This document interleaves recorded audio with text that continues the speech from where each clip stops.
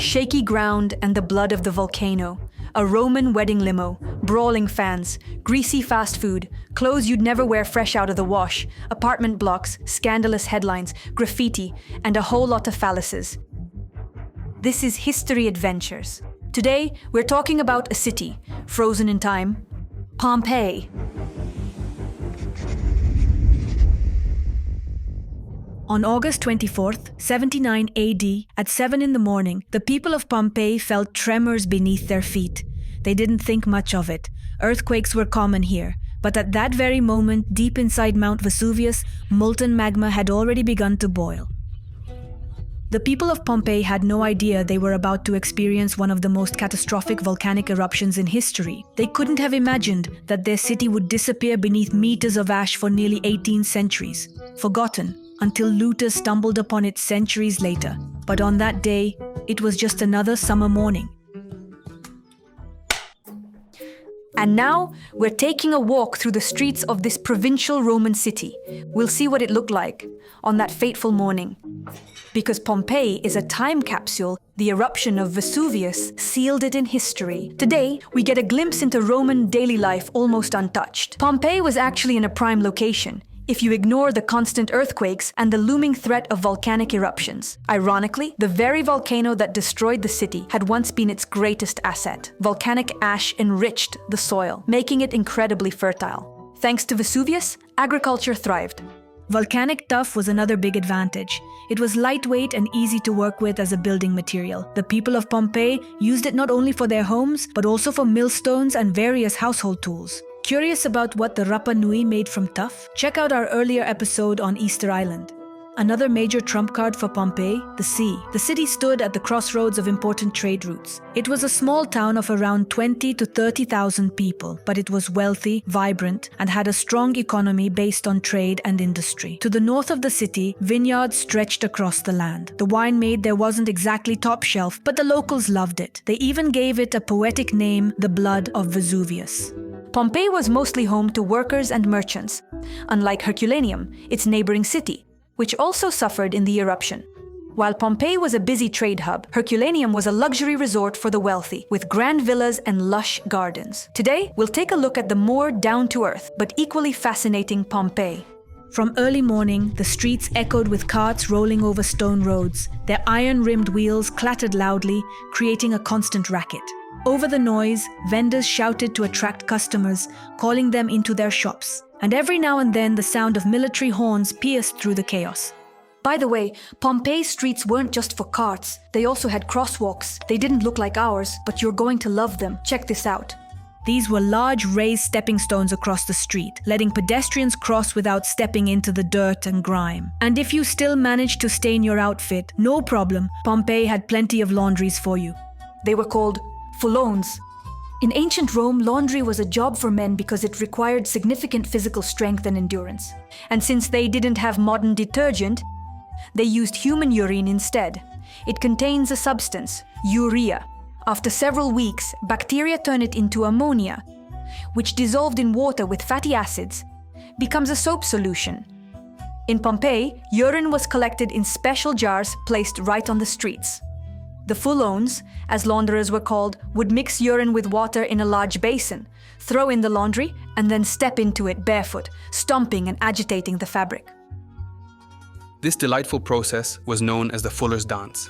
After washing, they rinsed the fabric in clean water and left it to dry. And according to ancient Roman writers, their laundry was of the highest quality. Besides washing clothes, fullones were also responsible for processing wool and making garments. By the way, there's a phrase we still use today that actually connects us to these Roman laundries. In the 1st century AD, Emperor Vespasian introduced a tax on public urinals, since urine was being collected and sold for profit. When he was harshly criticized for taxing something as undignified and lowly as latrinis, he replied, "Money doesn't stink." Roman cities had strictly regulated and carefully planned architecture, unlike many other civilizations of that era. Wealthy Pompeians lived in private homes, which varied in size, layout, and decoration. Just like today, home design depended on the owner's tastes and preferences. But there were also mandatory architectural elements. For example, the entrance hall led straight into the spacious living room, where a small pool collected rainwater. Above it, an open opening in the roof. Pompeians had to collect water this way because it was always in short supply. The homeowner usually had a personal study where he kept important documents and handled paperwork. There were also shrines, cozy bedrooms, utility rooms, bakeries, laundries, pantries, and quarters for slaves and servants. In the peristyle, the open inner courtyard, they often planted a lush garden. The interiors of domuses were sometimes extremely luxurious. The walls were covered with themed images. Food in the kitchen, something heroic in the living room, and in the bedroom, pretty frivolous content was not uncommon. Speaking of weddings, in March 2021, archaeologists made an important discovery at one of the villas. Ladies, you're gonna love this. A four-wheeled chariot with intricate relief decorations. We'll take a look on it later. The owner of the villa parked it under the gallery roof so that, God forbid, it wouldn't decay. Not only did the bronze decorative elements survive, but even parts of its wooden frame.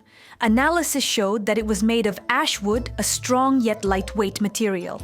The chariot was fairly small, designed for just one or at most two passengers. The medallions featured cupids, satyrs, and maenads, spirits and companions of Dionysus, the Greek god of wine. This elegant vehicle wasn't meant for farming or everyday travel. This was a palentum, a ceremonial vehicle for special occasions. Most likely, it carried the bride to her groom's house after the wedding. So yeah, folks, this is basically an ancient Roman wedding limo. But such luxury wasn't for everyone. If you didn't have the money, you had to manage without a limo or even a private house. Some things never change.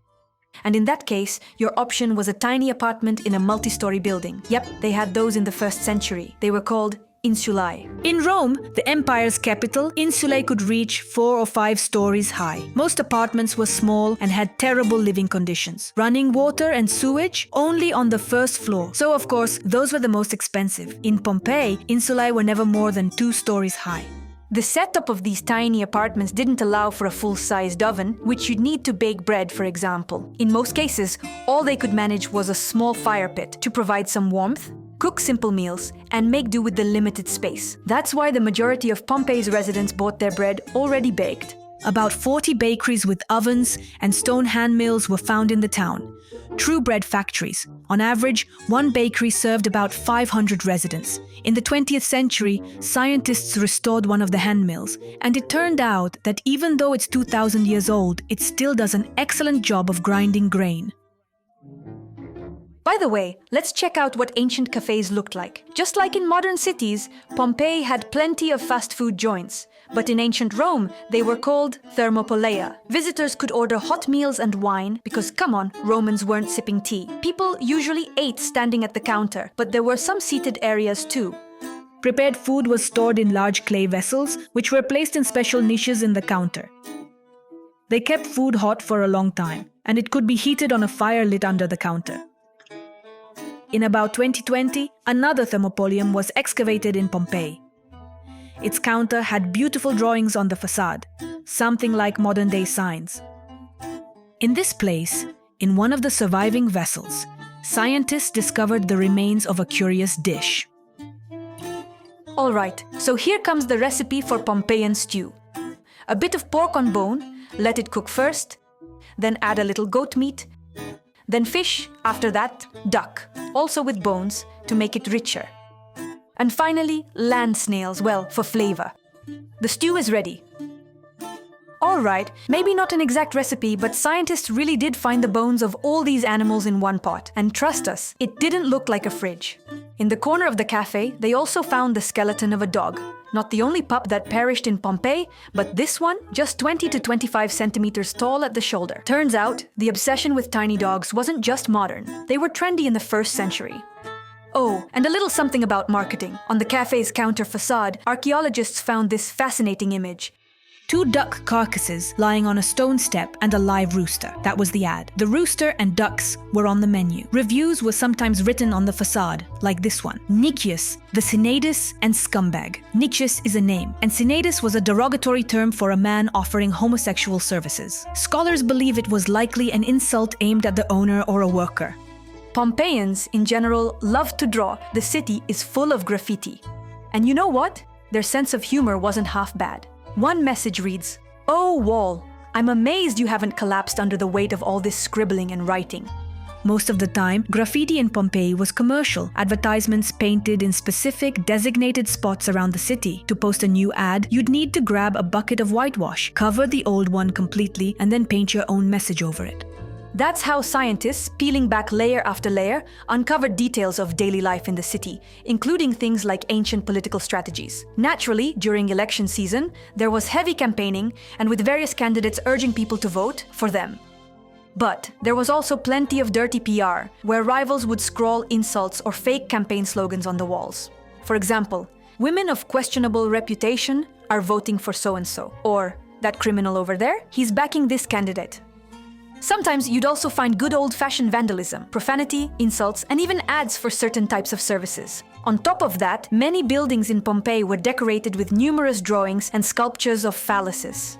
There were so many that at first, historians thought they were signs directing people to brothels. But then again, who wouldn't know where to find those? Why put a marker on practically every building?